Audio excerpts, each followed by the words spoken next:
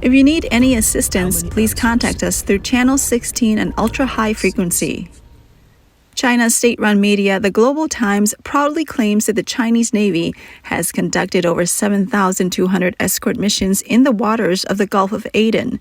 It claims itself the guardian of freedom of navigation, but behind this glossy image lies an unknown truth. On the evening of November 26, 2023, at 5 p.m., an Israeli oil tanker named Central Park heading north in the Red Sea was attacked at the Gulf of Aden. In the vicinity, 3 Chinese warships ignored the distress signal from the oil tanker. Instead, the U.S. Navy destroyer Mason swiftly arrived at the scene and dispatched helicopters, successfully capturing 5 fleeing Somali pirates on the high seas.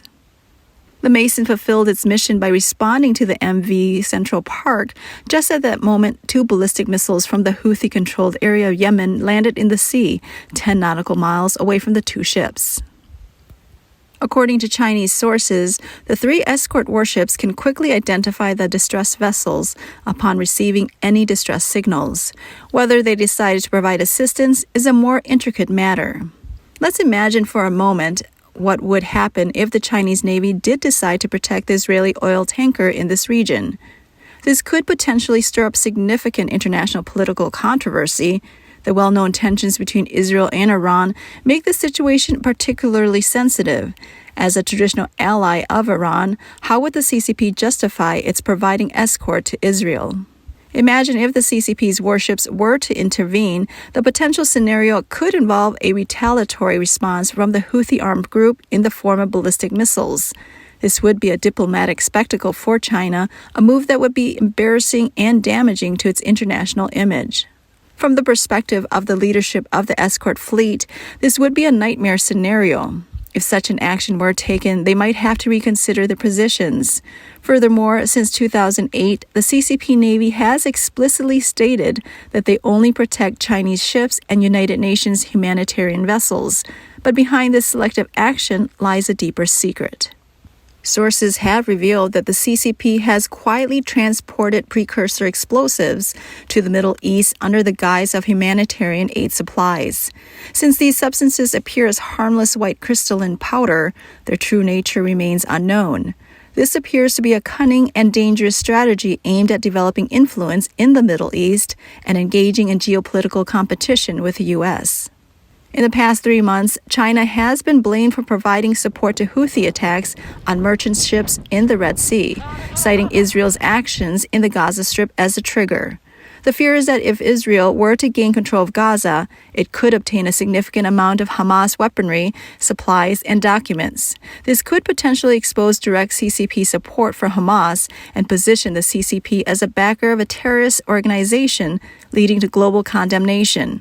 Thus, the CCP fundamentally supports the Houthi armed group.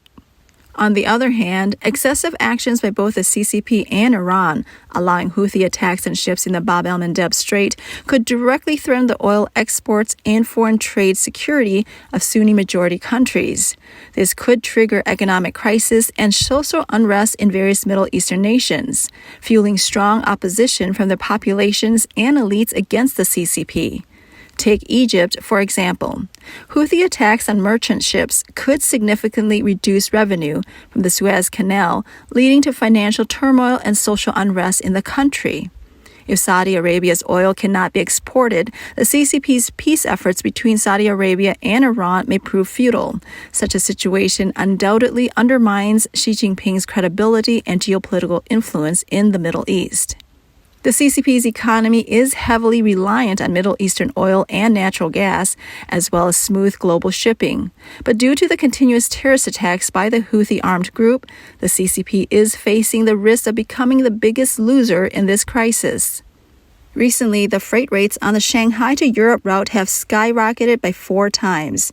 The Drewry Ocean Freight Index for the Shanghai to Genoa and Rotterdam routes has also increased 4-fold. According to data from Freightos, the spot freight rate for a 40-foot container from Asia to Northern Europe has reached $4,000, a staggering 173% increase compared to mid-December of 2023. The crisis caused by the Houthi armed group has disrupted the shipment of automotive parts from China to Europe, leading to Tesla having to temporarily shut down its European factory. China relies on imports for 71% of its oil, with over half of that coming from the Middle East. Its stockpile of oil stands at a staggering 400 million tons, enough to meet its consumption needs for about 240 days. But if the situation in the Middle East further deteriorates into a wider conflict that affects hydrocarbon facilities in the Gulf region, the supply of crude oil and liquefied natural gas via sea routes could be disrupted for weeks or even longer. In such a scenario, China would face partial or temporary disruptions in economic activities, a significant blow to the world's second-largest economy. On January 10th and 14th, the CCP issued unusual criticism of the Houthi armed group's actions. During the January 10th meeting, the CCP's permanent representative to the United Nations stated that the Houthi armed group in the Red Sea waters has repeatedly attacked and detained commercial ships, disrupting the international trade order. China called on the Houthi group to immediately cease its actions against civilian vessels and respect the freedom of navigation of all countries in the Red Sea waters. Following this, on January 14th, CCP Foreign Minister Wang Yi, after a meeting with Egyptian Foreign Minister Sema Shukri, expressed deep concern over the escalating situation in the Red Sea and called for an end to actions of harassment of civilian vessels in order to maintain the smooth flow of global production and supply chains and the international trade order. Clearly, China's economy is suffering a severe impact from the Red Sea crisis. One might wonder if China would have been so proactive in speaking out if its economic interests were not at stake. Let's also examine China's broader perspective. They often seem eager to stir things up in the Middle East to reduce American influence. But when the situation begins to affect their own financial interests, they hit the brakes, exposing their immature understanding and operational capabilities in the global political landscape. From a geopolitical standpoint, analyzing the CCP's deployment and actions in the Gulf of Aden and the Red Sea regions, it becomes apparent that the CCP is primarily responding to international concerns about piracy while covertly expanding its geopolitical influence. In 2008, Somali pirates relentlessly seized commercial ships, posing a threat to the entire Gulf of Aden, including the waters east to Sri Lanka, making the entire Indian Ocean unsafe. The United Nations Security Council passed multiple resolutions authorizing the international community to combat piracy. For the CCP, this was a golden opportunity to expand its influence. The Gulf of Aden escort mission set sail on December 26, 2008, and was touted as the longest and largest deployment in its history. On one hand, they responded to the United Nations call. On the other, they expanded their influence in the Middle East, protected their economic interests, and had their eye on the Horn of Africa. China's active involvement in Middle Eastern oil fields began after the end of the Iraq War in 2003. In Iraq, China National Petroleum Corporation holds about 24% stake in the largest oil field in Iraq, the Rumaila oil field. In the UAE, the CCP holds 10% of the Bara field. In Oman, they have a 25% stake in the country's third largest oil field. When you add it all up, China's total oil field equity in the Middle East amounts to about 120 million tons per day, constituting about 20% of China's total crude oil imports. In 2017, the CCP officially opened its PLA support base in Djibouti, not only providing support for escort missions, but also handling the storage and transportation of peacekeeping forces supplies in Africa and the Middle East. It effectively radiated to countries like South Sudan and Ethiopia. This seems to serve the CCP's broader geopolitical ambitions. In the geopolitical competition in the Indian Ocean Pacific region, Afghanistan, Pakistan, Ethiopia, India, and Iran are critical areas. Currently, the CCP is concentrating its efforts on expanding its influence in Iran. If the CCP successfully spreads its influence to Ethiopia while strengthening its control over the Gulf of Aden through the Djibouti base, there is a possibility it could affect oil supplies to East Asia and weaken Western influence in the Indo-Pacific region. The CCP has supported Ethiopia's Tigray People's Liberation Front, or TPLF, for nearly 30 years, until the true democratic government came to power in 2018. Prior to that, the TPLF-led government even emulated the Chinese model in internet censorship. Xi Jinping would definitely hope to rebuild ties with this faction if it regains power. In June 2020, the TPLF withdrew from the capital under the federal government's military assault and shifted to guerrilla warfare. An unexpected twist unfolded as the former Ethiopian foreign minister, Dr. Tedros, who served as the Director General of the World Health Organization from 2020 to 2022, allegedly provided assistance to the CCP. In return, the CCP is said to have meticulously planned to support the TPLF in overturning the Ethiopian government by the end of 2021. In January 2022, the CCP employed a clever tactic. Knowing that the Ethiopian government's military possessed Chinese-manufactured drones, they discreetly launched identical drones from Eritrea in northern Djibouti. The target was clear: to specifically target civilians in the Tigray region. Then on January 8th, this plot reached its climax. Several African countries began frenziedly reporting and extensively publicizing allegations that the Ethiopian government forces had bombed civilians in the Tigray region, resulting in 56 deaths and 30 injuries. This figure was enough to shock anyone. Consequently, the reputation of the Ethiopian government forces was tarnished overnight. But the reality was that this airstrike was allegedly orchestrated by the CCP. Xi Jinping's office reportedly also devised the next steps to assist the TPLF in orchestrating a military coup.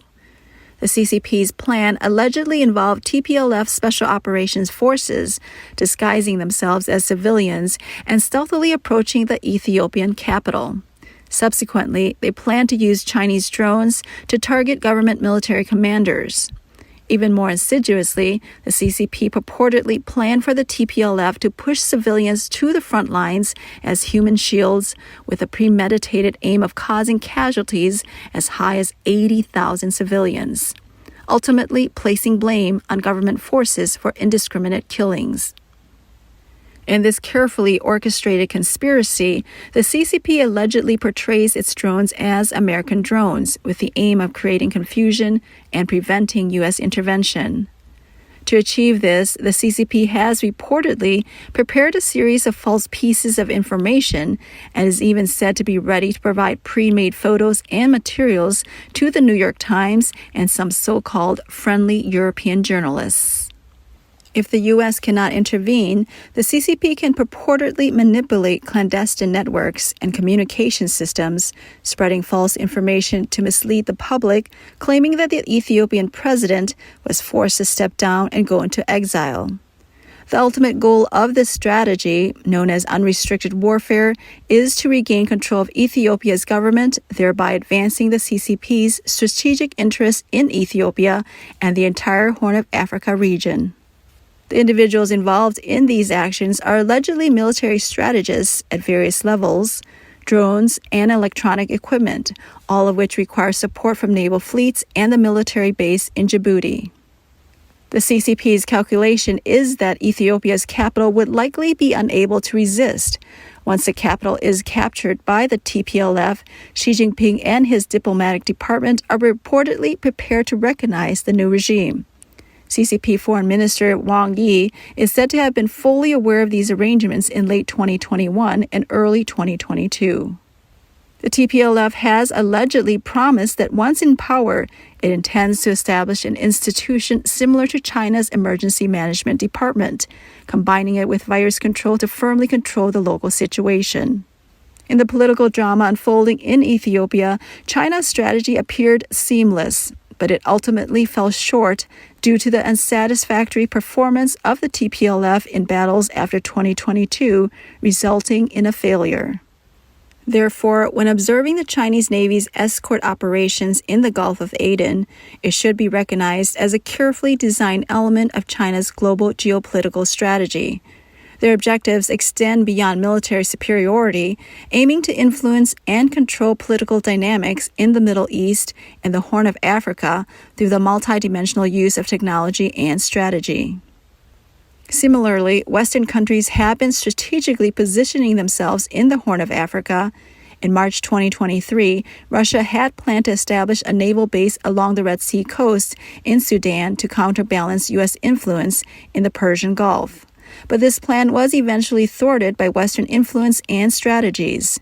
The Rapid Support Forces, led by General Dagalo, carried out a military coup in April 2023, receiving support from Europe and the United States, effectively derailing Russia's naval base plans. Changes are also quietly taking place in the Gulf of Aden. Somaliland, which has good relations with Europe and the U.S., declared independence in 1991 but has not received international recognition.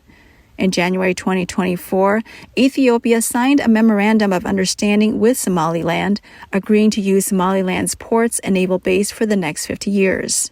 This is, in essence, an indirect recognition of Somaliland's long-disputed independence by Ethiopia. With Ethiopia taking the lead, it is possible that Europe and the United States may follow suit in recognizing Somaliland's sovereignty on the international stage, opening up new negotiation opportunities. Somaliland faces a crucial choice of whether to join actions against the Houthi rebels in exchange for international recognition and support, considering its good relationship with Taiwan and U.S. influence behind the scenes. This could reshape the political landscape in the Horn of Africa. In brokering the agreement between Ethiopia and Somaliland, the European and U.S.-supported Sudanese Rapid Support Forces played a decisive role. They proposed that if Ethiopia recognized Somaliland's sovereignty and used its ports, Sudan would control the influx of refugees into the Tigray region. Ethiopia thus fell into the European and American trap. On the grand chessboard of international politics, Western countries continuously shape and maintain a world order through careful planning and foresight. In contrast, the CCP's geopolitical positioning tends to prioritize its own economic and strategic interests with limited consideration for other geopolitical players. While this may yield short-term benefits in the complex and ever-changing international landscape, the CCP may find itself in precarious situations once regional conflicts or political changes surpass its control.